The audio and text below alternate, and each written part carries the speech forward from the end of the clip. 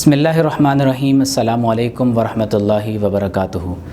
آپ دیکھ رہے ہیں مکالمہ ڈاکٹر عمیر محمود صدیقی کے ساتھ۔ آج ہم بات کر رہے ہیں عقیدہ ختم نبوت کی شرعی حیثیت اور اہمیت پر۔ گزشتہ 2 ایپیسوڈز میں ہم نے بات کی ہے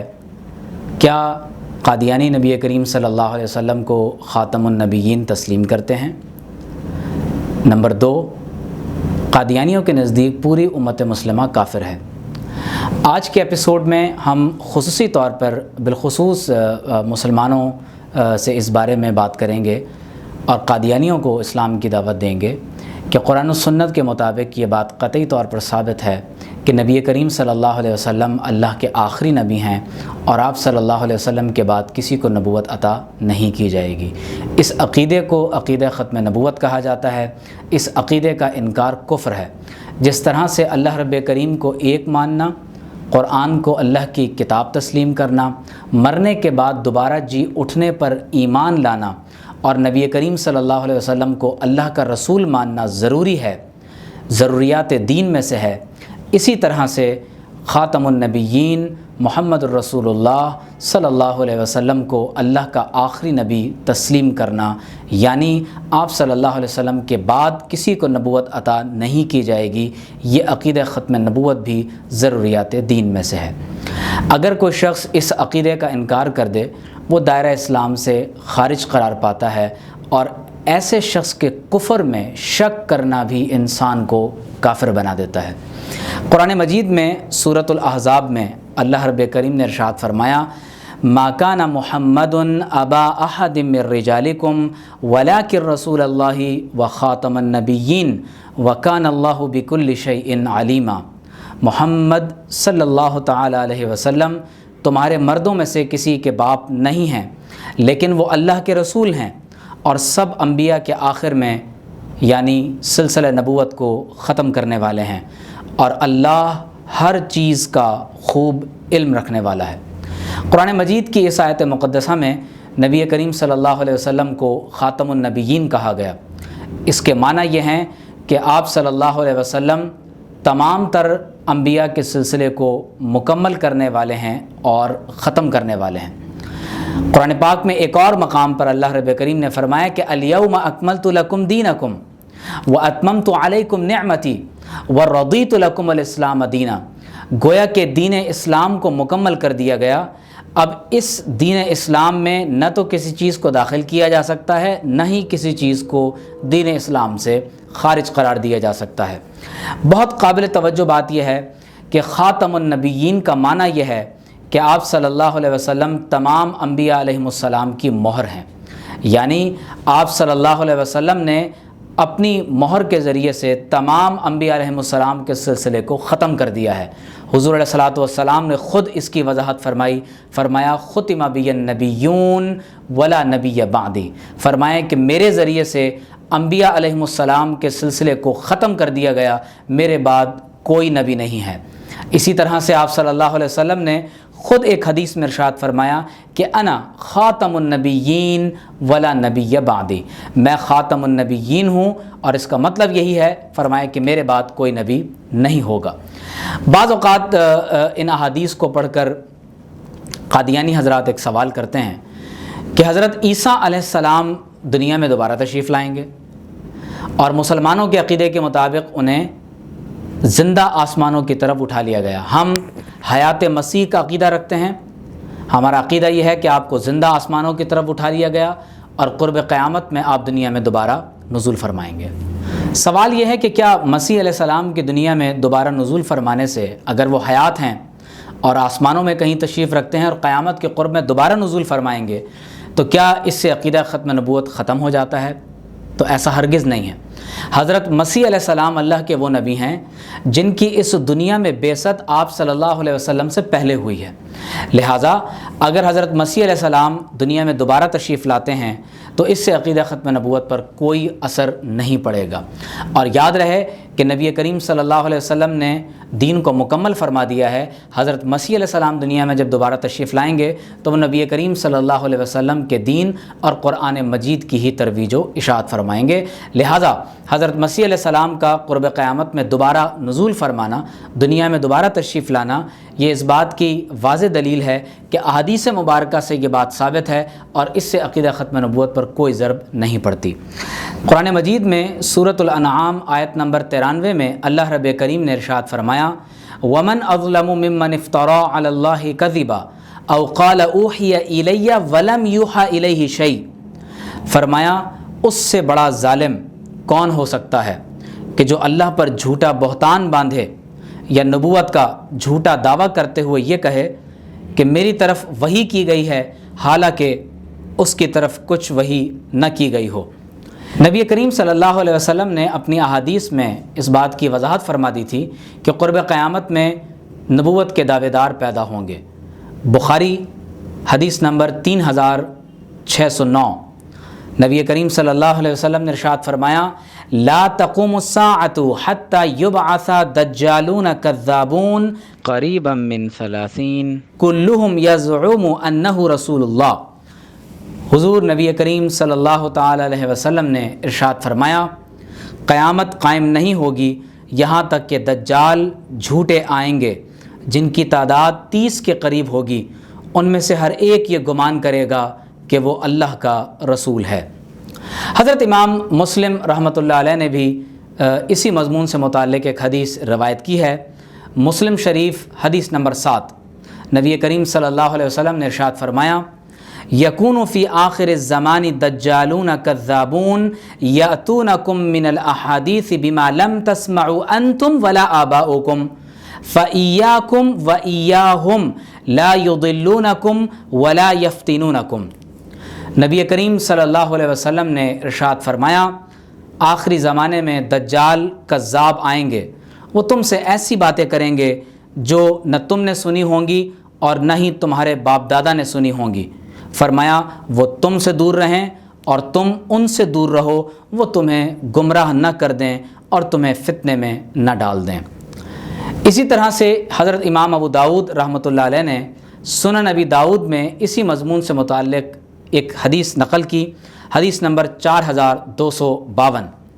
نبی کریم صلی اللہ علیہ وسلم نے ارشاد فرمایا وَإِنَّهُ سَيَكُونُ فِي أُمَّتِي كَذَّابُونَ 30 كُلُّهُمْ يَزْعُمُ أَنَّهُ نَبِيٌّ وَأَنَا خَاتَمُ النَّبِيِّينَ لَا نَبِيَّ بَعْدِي۔ نبی کریم صلی اللہ علیہ وسلم نے وضاحت کے ساتھ ارشاد فرما دیا کہ میری امت میں 30 کذاب ہوں گے، ان میں سے ہر ایک یہ گمان کرے گا کہ وہ نبی ہے اور میں خاتم النبیین ہوں، میرے بعد کوئی نبی نہیں ہے۔ اسی طرح سے آپ جب بائبل کا مطالعہ کرتے ہیں تو میتھیو چیپٹر 24 ورس 5 میں لکھا ہوا ہے کہ حضرت مسیح علیہ السلام نے ارشاد فرمایا For many shall come in my name saying I am Christ and shall deceive many۔ فرمایا کہ کیونکہ بہت لوگ آئیں گے اور میرے نام پر اپنے آپ کو مسیح بتا کر لوگوں کو دھوکے میں ڈال دیں گے۔ اسی طرح سے جب آپ میتھیو کو چیپٹر 24 ورس نمبر 23 to 28 کا مطالعہ کرتے ہیں تو وہاں بھی مسیح علیہ السلام نے جھوٹے مسیح سے متعلق ارشاد فرمایا ایسے وقت میں بعض تم سے کہیں گے کہ دیکھو مسیح وہاں ہے، اور کوئی دوسرا کہے گا کہ وہ یہاں ہے، لیکن ان کی باتوں پر یقین نہ کرو، جھوٹے مسیح اور جھوٹے نبی آئیں گے تاکہ خدا کے منتخبہ لوگوں کو معجزے اور نشانیاں بتا کر فریب دیں۔ اس کے پیش آنے سے پہلے ہی میں تم کو انتباہ دے رہا ہوں۔ بعض لوگ کہیں گے کہ مسیح بیابانوں میں ہے تو تم بیابانوں میں نہ جانا، اگر کوئی یہ کہے کہ مسیح کمرے میں ہے تو تم یقین نہ کرنا۔ ابن آدم ایسے آئے گا کہ اس کے آنے کو تمام لوگ دیکھ سکتے ہیں۔ ابن آدم کا اظہار ایسا ہوگا جیسا کہ آسمان میں بجلی چمکتی ہے اور وہ آسمان کے ایک کونے سے دوسرے کونے تک دکھائی دیتی ہے۔ قابل توجہ بات یہ ہے کہ مسلمہ کذاب اور اسود انسی نے نبی کریم صلی اللہ علیہ وسلم کے دور میں دعوی نبوت کیا، اور آپ صلی اللہ علیہ وسلم نے انہیں خود اپنی زبان مبارک سے کذاب کہا۔ محمد الرسول اللہ صلی اللہ علیہ وسلم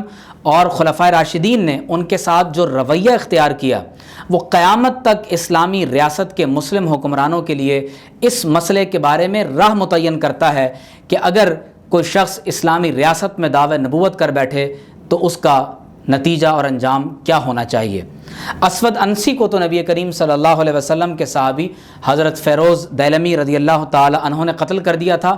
جبکہ مسیلمہ کذاب کا تعلق بنو حنیفہ سے تھا اور یہ نصارہ کے مذہب پر تھا۔ دعوی نبوت کے بعد اس نے نبی کریم صلی اللہ علیہ وسلم کی طرف ان کلمات کے ساتھ خط لکھا جسے حضرت ڈاکٹر محمد حمید اللہ نے الوثائق السیاسیہ للعہد النبوی والخلافت الراشدہ میں یوں نقل فرمایا ہے: میں مسیلمۃ رسول اللہ الی محمد الرسول اللہ نعوذ باللہ من ذالک سلام علیک اما بعد فانی قد اشرکت فی الامر معک وان لنا نصف الارض ولقریش نصف الارض ولکن قریشا قوم یعتدون۔ نعوذ باللہ من ذالک مسیلمہ کذاب نے اپنے آپ کو اللہ کا رسول کہا اور اپنا نام حضور کے نام سے پہلے لکھا۔ اس نے نعوذ باللہ لکھا کہ اللہ کے رسول مسیلمہ کی طرف سے اللہ کے رسول محمد کی طرف نعوذ باللہ صلی اللہ علیہ وسلم آپ پر سلام ہو، اما بعد کار نبوت میں مجھے آپ کے ساتھ شریک بنا دیا گیا ہے۔ آدھی زمین ہمارے لیے ہے اور آدھی زمین قریش کے لیے ہے، لیکن قریش ایک ایسی قوم ہے جو حد سے تجاوز کرتے ہیں۔ نبی کریم صلی اللہ علیہ وسلم کے پاس مسیلمہ کذاب کا یہ خط لے کر عبداللہ بن نواحہ اور ابن اسال حاضر ہوئے۔ آپ صلی اللہ علیہ وسلم نے جب مسیلمہ کا یہ خط پڑھا جس میں دعوی نبوت لکھا تھا، حضور نے فرمایا کہ فما تقولان انتما، اس دعوی نبوت کے بارے میں تم دونوں کیا کہتے ہو؟ تو ان دونوں نے جواب میں کہا کہ نقول کما قال، کہ جو مسیلمہ نے کہا ہم بھی وہی کہتے ہیں۔ تو آپ صلی اللہ علیہ وسلم نے فرمایا واللہ لولا ان الرسول لا تقتل لضربت اعناقکما۔ حضور علیہ السلام نے فرمایا کہ اللہ کی قسم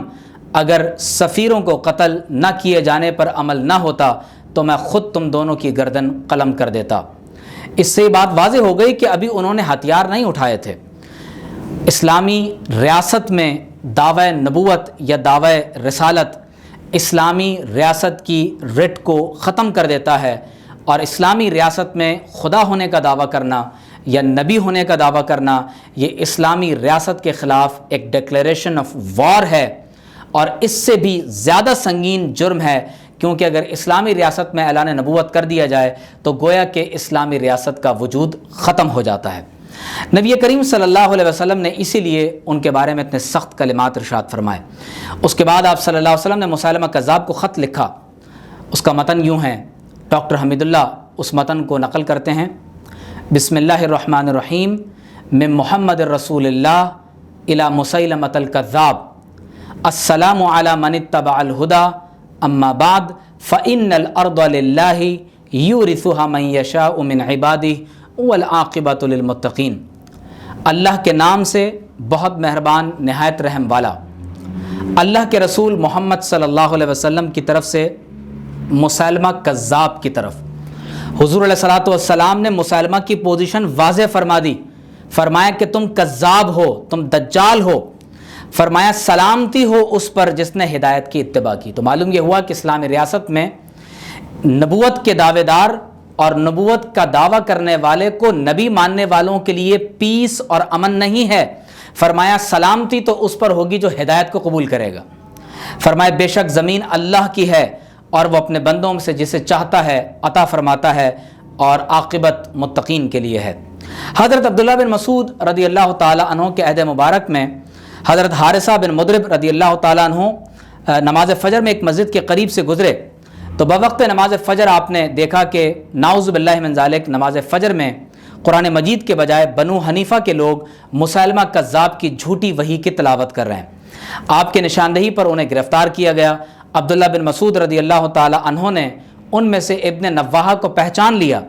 تو آپ نے فرمایا کہ سمعت رسول اللہ صلی اللہ علیہ وسلم یقول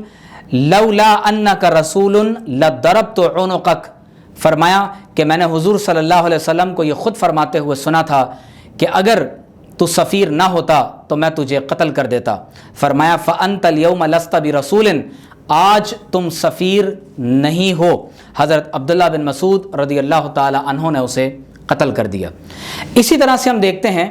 کہ قرآن مجید میں اسی گروہ سے جنگ یمامہ سے متعلق بشارت قرآن مجید میں سورۃ الفتح میں دی گئی۔ سورۃ الفتح کی آیت نمبر 16 میں قرآن پاک میں اللہ نے فرمایا قل للمخلفین من الاعراب ستدعون الى قوم اولی بأس شدید تقاتلونہم او یسلمون۔ قرآن مجید میں اللہ نے فرمایا کہ آپ دیہاتیوں میں سے پیچھے رہ جانے والوں سے فرما دیں کہ تم عنقریب ایک سخت جنگجو قوم کی طرف بلائے جاؤ گے، تم ان سے جنگ کرتے رہو گے یا وہ مسلمان ہو جائیں گے۔ اس آیت کے بارے میں حضرت رافع بن خدیج رضی اللہ تعالیٰ عنہ نے فرمایا کہ اللہ کی قسم ہم قرآن کی اس آیت کی تلاوت کرتے تھے، لیکن ہمیں یہ معلوم نہیں تھا کہ یہ کون سی سخت قوم ہوگی کہ جس کی طرف ہمیں جہاد کے لیے بلایا جائے گا۔ فرماتے ہیں کہ یہاں تک کہ حضرت سیدنا صدیق اکبر رضی اللہ تعالیٰ عنہ نے ہمیں بنو حنیفہ کے ساتھ قتال کے لیے بلایا تو ہمیں اس وقت معلوم ہوا کہ یہ آیت جس کے بارے میں جہاد کی بشارت ہے یہ بنو حنیفہ یعنی مسیلمہ کذاب کے خلاف اللہ رب کریم نے نازل فرمائی۔ تاریخ سے یہ بات ثابت ہے کہ مسیلمہ کذاب، اسود انسی سے لے کر مرزا غلام احمد قادیانی تک متعدد لوگوں نے دعوی نبوت، دعوی مسیحیت یا دعوی مہدویت کیا، لیکن اللہ تبارک و تعالیٰ کے تمام بندوں نے، چاہے وہ عہد صحابہ ہو، چاہے وہ عہد تابعین اور اتباع تابعین ہو یا ہمارے دور تک، تمام امت مسلمہ کا ہمیشہ اس بات پر اجماع اور اتفاق رہا ہے کہ خاتم النبیین کا ایک ہی معنی ہے کہ حضور علیہ الصلوۃ والسلام کے بعد کسی کو نبوت عطا نہیں کی جائے گی۔ اگر کوئی دعوی نبوت کرتا ہے وہ کذاب ہے، دجال ہے، دائرہ اسلام سے خارج ہے، اور ایسے شخص کو کوئی شخص اگر مسلمان تسلیم کرے تو وہ بھی دائرہ اسلام سے خارج ہو جاتا ہے۔ پاکستان کا ریاستی مذہب اسلام ہے۔ تحریک راست اقدام اور تحریک ختم نبوت کے نتیجے میں سینکڑوں مسلمانوں نے اپنی جانوں کو نذرانہ پیش کیا، جس کے سبب 5 اگست 1974 سے لے کر 7 ستمبر 1974 تک قومی اسمبلی کی خصوصی کمیٹی میں قادیانی مسئلے پر ان کیمرہ بریفنگ ہوتی رہی، بحث ہوتی رہی اور 3000 سے زائد صفحات پر مشتمل ایک رپورٹ مرتب کی گئی۔ اس ان کیمرہ بریفنگ میں قادیانیوں کے خلیفہ کو بھی دعوت دی گئی، بحث مباحثہ ہوتا رہا، اور اس کے بعد جا کر 1 مہینہ کے بحث مباحثے کے بعد آئین پاکستان، اسلامی جمہوریہ پاکستان کے دستور میں اگر آپ باب پنجم آرٹیکل 260 کو اٹھا کر دیکھیں تو وہاں واضح طور پر یہ لکھا ہوا ہے، اس بات کو متعین کیا گیا کہ مسلم کون ہے اور غیر مسلم کون ہے۔ لکھا ہے کہ مسلم سے کوئی ایسا شخص مراد ہے جو وحدت و توحید قادر مطلق اللہ تبارک و تعالی خاتم النبیین حضرت محمد صلی اللہ علیہ وسلم کی ختم نبوت پر مکمل اور غیر مشروط ایمان رکھتا ہو، اور پیغمبر یا مذہبی مصلح کے طور پر کسی ایسے شخص پر نہ ایمان رکھتا ہو نہ اسے مانتا ہو جس نے حضرت محمد صلی اللہ علیہ وسلم کے بعد اس لفظ کے کسی بھی مفہوم یا کسی بھی تشریح کے لحاظ سے پیغمبر ہونے کا دعویٰ کیا ہو، یا جو دعویٰ کرے۔ اور غیر مسلم سے کوئی ایسا شخص مراد ہے جو مسلم نہ ہو، اس میں عیسائی، ہندو، سکھ، بدھ یا پارسی فرقے سے تعلق رکھنے والا کوئی شخص،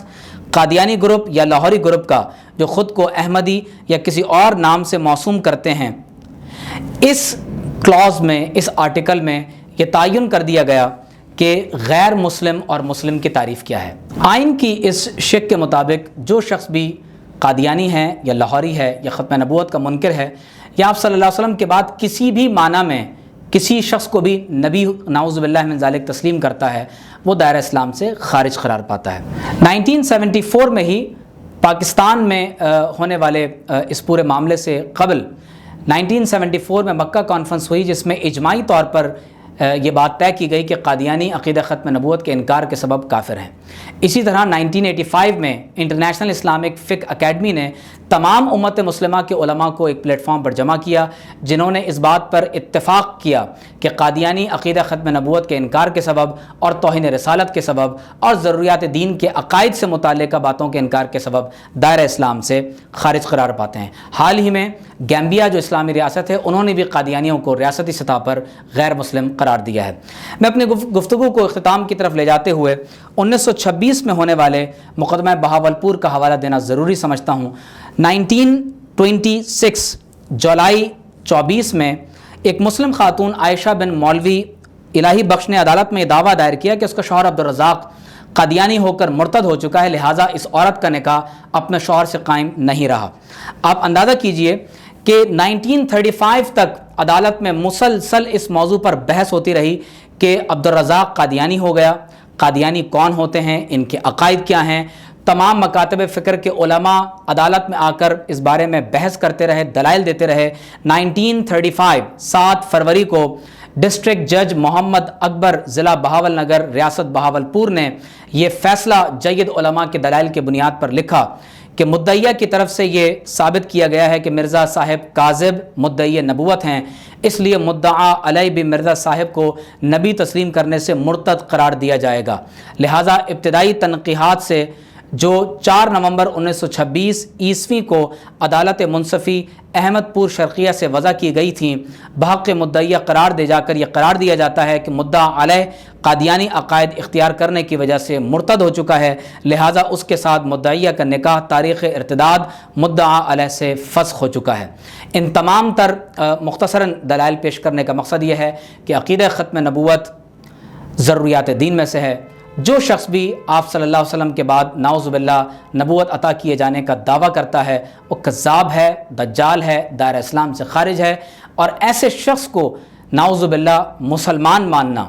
یا نبی ماننا یہ کفر ہے۔ ہم قادیانیوں کو اسلام کی طرف دعوت دیتے ہیں کہ آپ قرآن و سنت کے ان حقائق کا مطالعہ کریں، اور آئندہ آنے والی ایپیسوڈ میں ہم اس پر تفصیلی بات کریں گے کہ قادیانی کافر کیوں ہیں اور قادیانیوں کو غیر مسلم کیوں قرار دیا گیا ہے۔ اللہ تبارک و تعالی ہم سب کو ہدایت عطا فرمائے اور عقیدہ ختم نبوت پر قائم فرمائے۔ والسلام علیکم ورحمۃ اللہ وبرکاتہ۔